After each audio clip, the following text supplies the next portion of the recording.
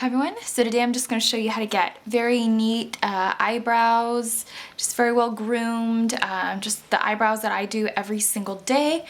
I had filmed an eyebrow tutorial, now looking back, over a year ago, and a lot of the products I had used in that video have changed, so I thought it would be good for another update since I've been getting requests on how to do eyebrows.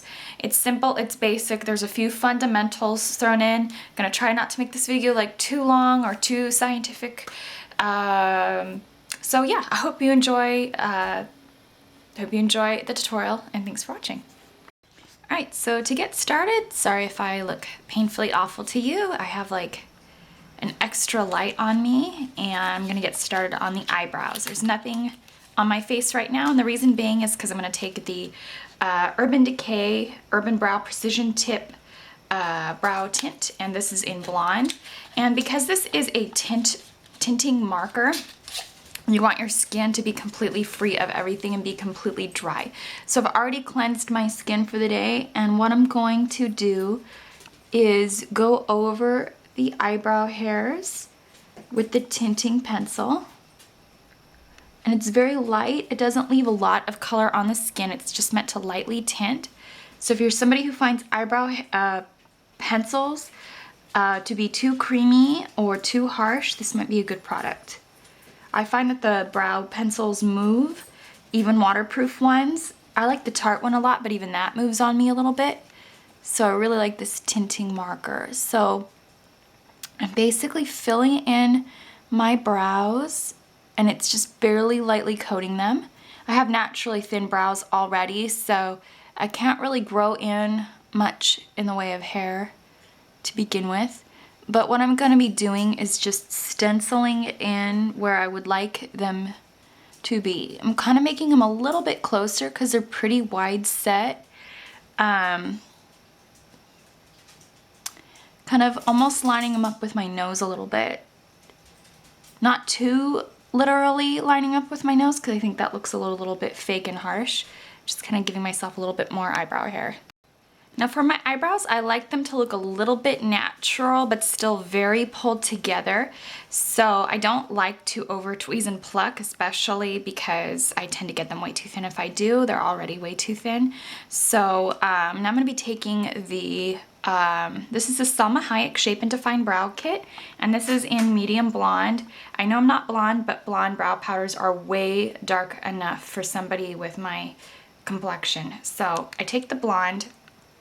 I'm not going to show you the front of the compact because it has a big mirror and that will blind you to death. And it slides up, and inside is the products. You have a kind of a blondish brow wax, and you have sort of a blondish, brownish sort of brow powder. It's very soft and creamy and glides on easily, and this is a highlighter. So we're going to use all three of these products. Once again, this is from Nuance. It's about $9.99 at CVS, so not the cheapest drugstore line, but it is really reasonable for most brow kits. So I am going to just take a synthetic angled brush, as most of them usually are synthetic and angled. This is just a really generic one I got at a trade show years ago. So I'm going to get that started. Taking this silly little brush that's not in good condition because of me, I'm going to take this and I'm going to place it in this blondish wax. So what I'm going to do is now place this over the marker. And this is going to groom the brows into the place I want, so I don't have to continuously go over my brows with a spoolie to keep them in check. Also, so the brow powder sticks. I don't really retouch my makeup, especially not my brows, all day long. I just don't have the time during the workday, always working with customers. So dipping into the brow powder, I'm going to start at the place where I'd like it to look the most deep. And I'm going to start at the arch. Now the arch of your brow, what it should do is angle in with the center of your pupil for the most natural angle. So kind of just coloring in where my arch is. I don't like to go too much outside of it because if your brow does get messed up or whatever, everyone could see that it's like artificial placement. So, and I'm just going to sort of feather it in till I get to the tail. Now the tail of the brow should match up with the outer corner of your eye. So if you're supposed to draw, let's say, a wing going up, it'll match up with the outer bit. I'm going to pick up a little bit more brow powder going back into the arch area, and I'm just going to start feathering towards the front of the brow. At this point you want a little less brow powder used in general on your face and on your brush.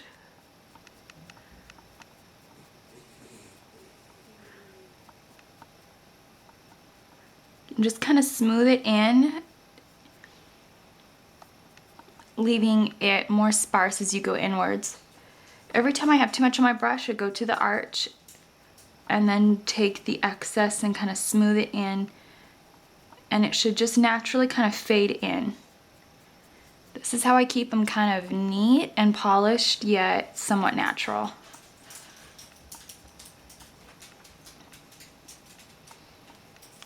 I've seen everything from the inner portion of the brow, and this is completely up to you.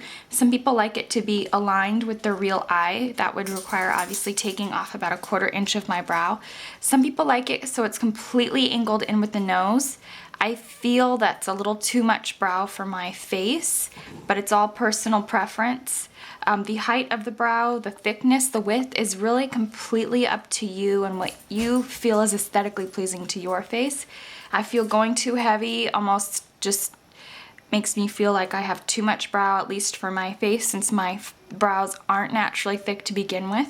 So as far as width, thickness goes, that's really up to you. If you want them to be like furrier, heavier, kind of like that Madonna 80s brow, you can do that. I mean, you don't have to go with brow trends at all. Not that I think that my brows are particularly trendy, I just kind of go with what works for me. Once you're finished filling in your brows, what I would do is take that little brush and dip back into the wax, and then go lightly over the hair, and this will just lock it in place. You can even go a little more over the hair in the inner bits and just kind of make them straight up. That way you have more visible, I guess, brow hair. So it looks more natural and just more easy to look at, not stenciled. After the brows are complete, I like to prep and prime my face and put on my concealer, and this brings us to the next step of the brows. Okay, so in order to achieve a good airbrush looking brow at this point, however natural, I'm just going to take my Mary Kay concealer in Ivory number 2, and I like to just take this on my finger. It's so concentrated that it just kind of sticks inside a brush, so I just like to use my finger, which is a great blending tool if you don't have much in the way of brushes. And I'm just going underneath my brow just to clean up any sparse, loose hairs or possibly any irritation from tweezing your brows. And I also like to go on top of my brow. I'm sorry if you can hear my dogs in the background. And that just really cleans it up and looks polished, but you could still kind of see fairly natural. I like to go in the centers of the brows too, clean up any tweezing you may have done in the center or any just redness in that general area.